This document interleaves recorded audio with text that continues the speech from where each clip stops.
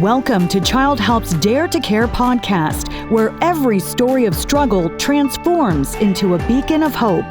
Together, we'll uncover the courage to rise above our challenges and rediscover joy and resilience.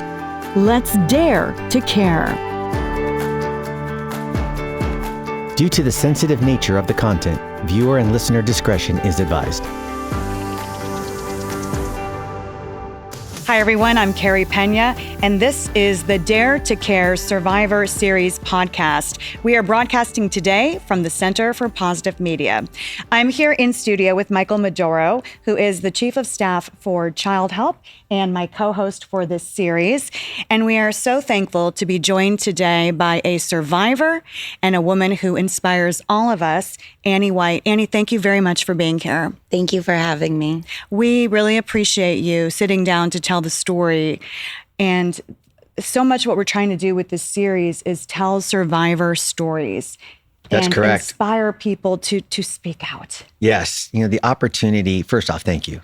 Thank you for being vulnerable. Thank you for joining us today and giving us an opportunity to hear your story, but really understand where your story took that next chapter, where that element of survivorship came from the trauma that you experienced, and how you've shaped your life today. Because I want our audience to know that survivors are incredible in the journey that they take. And Annie, we want to talk a little bit first about a concept that you have really tried to practice throughout the journey. And we're going to talk about what happened to you and what you walked through in just a moment. But talk about this concept of forgiveness. When you've gone through something so hard in your life and you feel so mad, rightfully so, how do you even begin the process of forgiveness? By crying a lot. It really is kind of what everybody tells you. It's you forgive yourself. I think, especially once you start the healing process, looking back, there's that hindsight's 2020, and you're more upset with yourself of how did I not see? How did I not know this wasn't okay? Right. How did I think this is normal? Or how did I think and believe like it was all me? I was the problem. And especially with believing that it was all me, I'm the problem, I didn't want to be in trouble anymore. So I wanted to fix it. How can I better? How can I better? How can I better? And really through that and educating myself is how I was able to really work on that forgiveness, because it really does start with just yourself. You had to forgive yourself. Talk a little bit about what you went through as a child. My earliest memory of molestation was at the hands of my cousins, and I was about 5. I have 2 memories from that time because it was also when adults in my life had been either informed of the act or even walked in on the act. And it was always this, we're going to talk about it later. So I never really knew it was wrong or anything. I remember being 5 and oh, this is fun, feels different. And then, but not knowing but that's not how you have to, you don't have to. It just kind of transformed into being in a situation where by the time I was 12, I met my ex and the father of my children. And it was very easily to be manipulated by him. I didn't see it as anything different than what should be. That's what I was. I was a girl and he's the man, and I am supposed to kind of obey him and please him and be there for him, whether I liked it or not. And so it also made it, because I didn't know any different, very easy for him to work that control and manipulation. Our relationship started off in high school, and that was the love of my life. And I'd found my soulmate, my person. And I just believed that everything he did was because he really did want to protect me. And if I would just shut up and sit down or stay out of the way or have done it right the first time, then it wouldn't have been my fault. He wouldn't have reacted like that. And I went through that treatment for a long time. In the process, I lost like 2 children. My last pregnancy is what really, I was pregnant back after back once he joined the service. And the loss of my last child, William, I had to give birth and everything. He was a stillborn. Really made me have to go, this is it. Like, I have children here and the way they're being treated and what we're living in and this can't be right. There has to be better. And I kind of just started making that mental process then of like, how can I be a better mom for the child I lost, for the children that are here? And working through, like, I was the good mom. Like, he was the disciplinarian, so I was like the mommy. So it definitely, it was easier to kind of like baby them and pull them together and give them that safe space to where eventually they could open up to me about their own abuse they'd been going through as well. So you were dealing with a cycle of abuse. And it sounds like at a certain point you came up and realized, I can't let this go on. Right. Yeah. I had tried to like not really leave, but just kind of have like what I thought was a normal life, like try to get a job and stuff like that. And I always quit my job. So it was never like his fault that I lost the job. But it was either like I'd come home to, you know, you're messing around, you're seeing this person, that person, like any kind of story he could come up with in his head. Or he would just sit in the parking lot of my work during my whole shift. Like he was the bodyguard, never left my side. I had no freedom. And then I would leave the workplace because, well, you get harassed by coworkers about your friendly little stalker. And it doesn't make it a pleasant experience. And so that's really when he had taken complete control of me. And I just was like the stay-at-home mom. And that made it even harder to realize like some of the treatment and some of the things going on just weren't right. I didn't work, and he did. So the money was not mine. So financially, I was also stuck in a position to where I had really no choice. My youngest and I did a lot of car trips to just find food banks so that I had like a schedule and I knew if I hit 3 in one day, then I'd have enough by the end of the night to come up with some kind of meal for all of us to eat. And those kind of things didn't really bother him like they should have. And so they didn't. We're poor and we don't have a lot of money because we only have one income coming in. But he would spend his money any which way he wanted. And then like sleep wasn't something that we were allowed to really have. And it was almost like when he wasn't around, like our lives had to pause. Like you're not allowed to do anything because if you do something bad could happen. So you're just kind of paused. And then once he's around, it was, we just revolve around him. How long did this go on for? I was with him for 25 years. There was a time we were living in Wyoming and my health had crashed. I had gastric bypass surgery. And we thought it was, I thought it was just complications from that. My health really crashed. And I was having surgeries like almost every 6 months. They did a hernia fixing. They took a gallbladder. They did a partial hysterectomy, just trying to figure out the pain. And I kept telling like everybody, like, it just feels like Godzilla grabs me up and starts squishing me and I can't breathe. And I know for a fact, like I have to completely stay calm. I cannot lose control of my emotions. And all I can do is just force air in and out. And these pain situations were happening a lot when we lived in Wyoming, to the point where I kind of not really like gave up, but was like, I don't know if this is ever going to end. I'm so scared I'm going to die. I would tell my friends that I felt like my human body kept trying to die and my soul was like holding on for my kids. So we ended up moving here to Arizona where my mom and dad had settled down. And because I was like, my kids need my mom. Like, yeah. they need like a woman, because he's mean too. So we need like, and that's another thing, like men are aggressive and this and that. So he was fitting exactly what it's supposed to do. So now there needs to be a woman for, especially my girls, to learn from like the woman's side as well. Like, you're allowed to be sensitive and this and that. And it was like, with my mom's support, she would really speak up. Like, she believed he loved me and that he was just trying to make the best decisions, but she'd be like, but wait a minute, why can't, she's out with me right now. Like, she's out with her mother. Why can't she just be out with us without 15 million phone calls? Like, why does this have to be a big deal? It's okay. Everything's safe. And so I was able to kind of start breaking free and using her. And slowly my health started to improve. I also noticed when those attacks were happening that I was more likely to, as he would put it, I wanted it that night. Like, I was waking him up. I was after him after that. But I'd be like, but I don't, like, I would remember it like nightmares the next morning. Like, nothing really would make sense.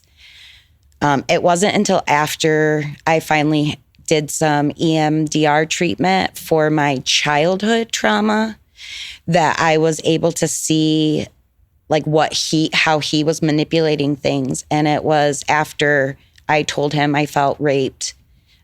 With having the EMDR, I was finally able to tell him, like, I know you're my husband and I know like I'm supposed to, but I feel raped by you. And it's making it very hard and I don't like that. And he still made it as it was all my fault and everything. But I couldn't get over the last time because also my daughter, we had a huge fight because I had felt raped, and he went on and on about how it was my fault and left for work. And I was just in the fetal position crying and screaming, it's not my fault. It's not my fault. And my daughter came up and just wrapped around me and just kept repeating, you're right, it's not your fault, it's not your fault, and trying to like list off like, let's go for a walk and raise the sun and, you know, all these things that you like doing. And she, you know, trying to pick me back up. And it was that moment that I decided my daughter can't be my battle buddy. She can't be the one bringing me and giving me my strength to get out. Like, I have to do it for me. What a beautiful story of your daughter. I mean, I love that, you know, let's go bring the sun out. What a beautiful analogy. You're talking a lot about power and manipulation and control of one person over another. And we hear that so much from people who survive trauma and abuse, is that for such a period of time, they felt like they had no control. They felt like they were overtaken, that somebody could control every element of their life, from how they felt to what they experienced to what tomorrow looked like. Go back a little bit when you were talking about, you know, even when I was 12 years old, you know, he would make me even if I didn't want to and didn't feel good. Did you ever feel like you had a safe person, a safe adult in your life that you could have spoken to, that you could have gone to with this? Realistically, like, my mom and I had a great relationship, and I should have gone to the very first time I was ever had a sexual experience, like as a teenager, I went and told her right away, like crawled in bed, cried to her, like, that was scary. Don't like it. Don't know is that what it is? I don't ever want to do that again. And, but his abuse and just the way he made me think, it was, well, you said yes. I asked if I could tie you up. You said yes. And it just became like such a common thing. Like, well, I just want to know like you so I can satisfy you. But it would be like tie me to the bed, or I couldn't take showers by myself. So it just got to the point where like I didn't even want to go into the bathrooms alone or change anywhere near him, because immediately it was going to be something. Right. Right. And it sounds like when you got older and you had children of your own, that you recognized that your mom could be that safe person, right? For your children, somebody that could embody femininity, somebody that could embody what is appropriate for a man and a woman as far as their interpersonal exchange should look like. And those are two things that I know as an organization at Childhelp, we really want to see more youth understand is first and foremost, if you're ever feeling like you're in an unsafe environment or somebody is mistreating you or doing something wrong, say something. Find somebody safe that you can go to and express, hey, this is happening to me. me, or might be happening to someone that I know or someone that I care about, so that we can come together and embody support and safety around that individual. And then it's not your fault, right? I mean, the idea of you laying fetal position on the floor and your daughter finding you in that way is so heartbreaking, and it had to be heartbreaking for you in that moment. But she was so right, and I'm glad that you were able to recognize that as well. It's not your fault. It's years and years and years of trauma and manipulation and power inequity that really created the emotion of that moment. But how brave you were. I mean, I love how brave you were to recognize in your own right, no, for my daughter, I have got to be that powerful woman that I am and be able to show her what a powerful woman can be and should be, so that she doesn't have to grow up and experience the same type of mental and emotional hardships that I unfortunately had to go to because I didn't have that type of experience. Yes. And when you started to gain your power, as Michael was just talking about, this is a really important part of your story, because so many women, they don't know how to get there. Men too. I mean, it's, but in your case, you know, the power structure that you found yourself so vulnerable, when you finally started to gain your power, you're like, I can do this. I can stand up for myself. I can stand up for my children. How did that feel? At first, it's actually really hard, because also I had a friend who said, okay, it's going to get worse while it's getting better, and it's going to be better. And it is, because like, as you start gaining back some of your power, just start being like, but I don't like that. Like, I don't want to eat a cookie. And just it being your choice of like, I don't want it. And you're like, what, I'm allowed to say that? Right. Or like, I'm going to stop eating cookies. Wait, I don't have to sit and eat the whole pack of Oreos. I can choose to like stop now, because we'll have Oreos again. That's great. But it's so heartbreaking, because it's so easy. And then you start to see like how much control and manipulation really you were under. And I know when I met my husband now, I would cry. Like, I'm like, you are awesome, but you make it so much worse, because you just love me. And I don't understand. And like, how and why? And it's just easy. You just love me? Like, I haven't even done anything yet. Like, what do you mean? Because for so long you were made to feel unworthy of that. Right. Right. And now you're finally in a relationship with somebody who values you for you. Yeah. Who sees and shows you the worth that you deserve. And I can look at a powerful woman right now sitting in front of me, being vulnerable, sharing her story and her trauma in an effort to help people understand that forgiveness of self is where it begins. But that's not a one moment snap in time, right? That's a journey that you go through. And to surround yourself by people who see you for the beautiful, powerful, strong person that you are. And I'm so happy for you. I really am so happy for you. Thank you. How does it feel to sit here and share your story, share it publicly? And thank you for being in the studio with us and having that courage. How does it feel to speak the words aloud? It's freeing. I think like a big regret I have is just not talking to my mom. Because also that's what ended up giving me the strength too of being like, all right, here's everything you don't know.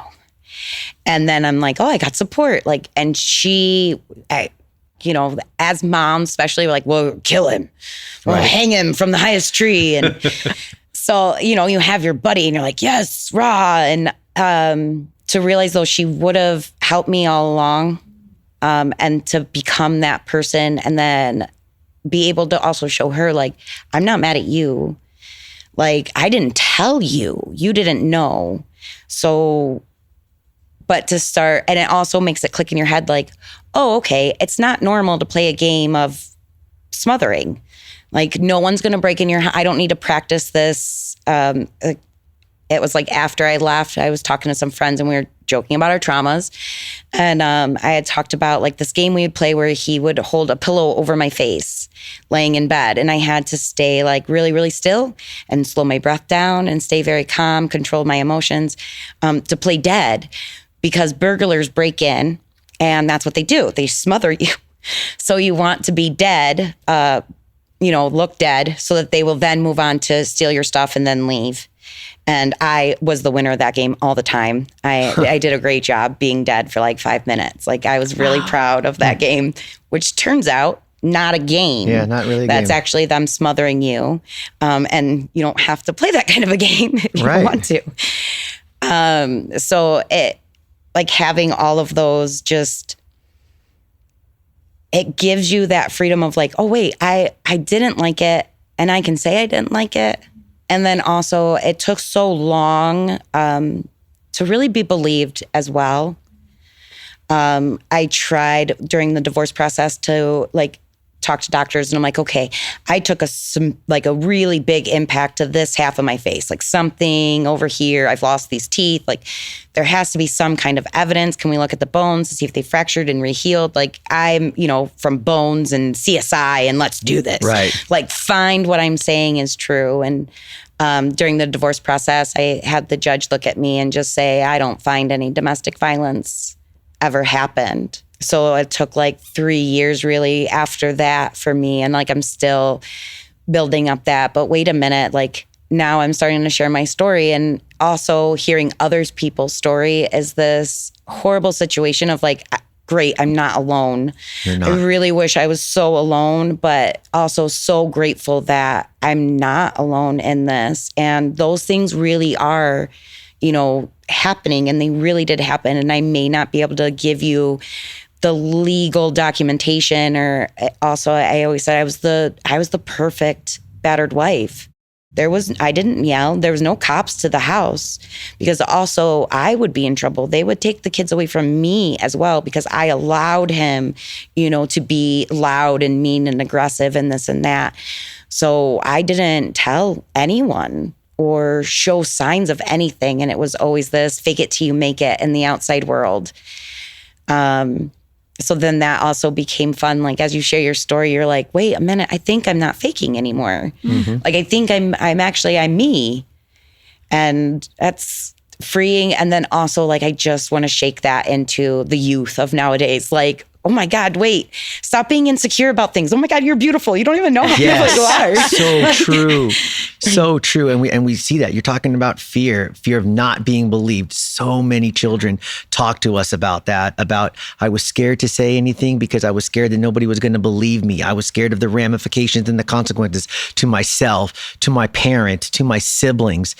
Overcoming that fear is such a big accomplishment and such a big achievement, because it is so monumental to be able to do that. I'm so happy that you were able to find that strength and that bravery to overcome. And through this journey, you've found love. Yes. And you found the ability to love and forgive yourself. What is your life like today? The one thing is, and especially like was my mantra during some of the darkest times, was the one thing you can't take away is there's always a smile. There's always a laugh. There's like a weird moment. And especially I have kids, and they're weird as it is. And they're teenage girls. So it's dramatic and weird. So it's like, wait, we have a smile here. We have a laugh here. We have more than we ever did in our entire life of just celebrating our weird and having like just so much fun, and like lights, opening up curtains and like even shades. Like I know we live in Arizona and we want to block the sun, but to have like all the light, and the kids just laugh all the time now. There's so many things. Like we're not afraid of being like stupid or dumb or don't act like that. And so now we just are. And then you're like, whoa, what made you think of doing that? Like you wanted to climb a wall? Okay, well, I want to try too. Like how did you? Right. And it just becomes like, wait, we're having a life, and what can I do with this? And being able to have that innocence back has been just the best part. Love that. I love that so much. Annie, what would you say to people who might listen or watch, hear your story, be inspired by you? But if you were, as you know, because you've walked through it, and sometimes when you're in that darkness, it's hard to think of a place of light. What would you say to people to keep going? What words would you say to them if they're struggling through something? It's so hard, because also I don't think anybody could have said anything to me that would have made me do anything different faster. It really I had to talk to myself. I had to be my best friend. I wasn't willing to tell anybody what was happening privately at home, but being able to just and I did the voice or like a video recording, and that's as the internet took off and everything, and that's what people were doing was these video diaries. I didn't want the world to know, so I didn't share them. But I did always record myself and okay, let's see where my mind is and stuff like that. And just starting to celebrate my own silliness and weirdness and the fun of going, wait, okay, I'm pretty cool. And having the courage to be well, I want to go to that restaurant. I like that food. No one in my family likes that food. So I'll go by myself. And I get to enjoy it because you're not going to complain. This is great. Why didn't somebody tell me that earlier? I can go eat the foods I like and I can do it all by myself and I'm my best company. And really just slowly getting that, wait, I like me. And accepting I'm weird and I get loud and I do this and I do that. Talk to any psychologist I'm the baby of the family. I'm already going to be loud. I was a PE teacher. I'm going to be loud. I'm a mom. I'm loud. We were backwoods. We didn't have hey, it's time for dinner. It was, we had time for dinner. Right. So just really celebrating that. And then also my kids keep me very humble.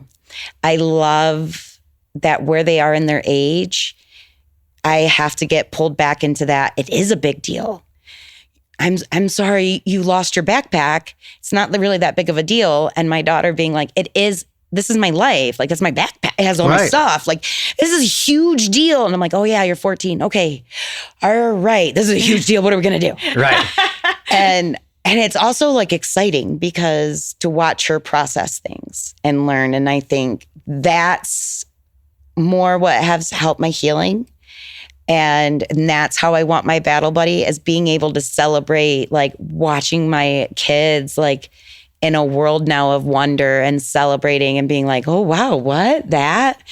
Or, my daughter's so excited she's going to be driving soon. So, of course, we already started telling her about the blinker fluids and all of that. And all the things she's got to get prepared for. And, go ahead, because I'm sure you'll need mommy's help to buy your tires. So if you make me mad, I'll just take them off and you'll have to put them all on by yourself if you want to leave the house. That's fine. You're right. It is your car. So, and just being able to have that and openly talking, nothing is off limits. Yes. It does make it very awkward for people.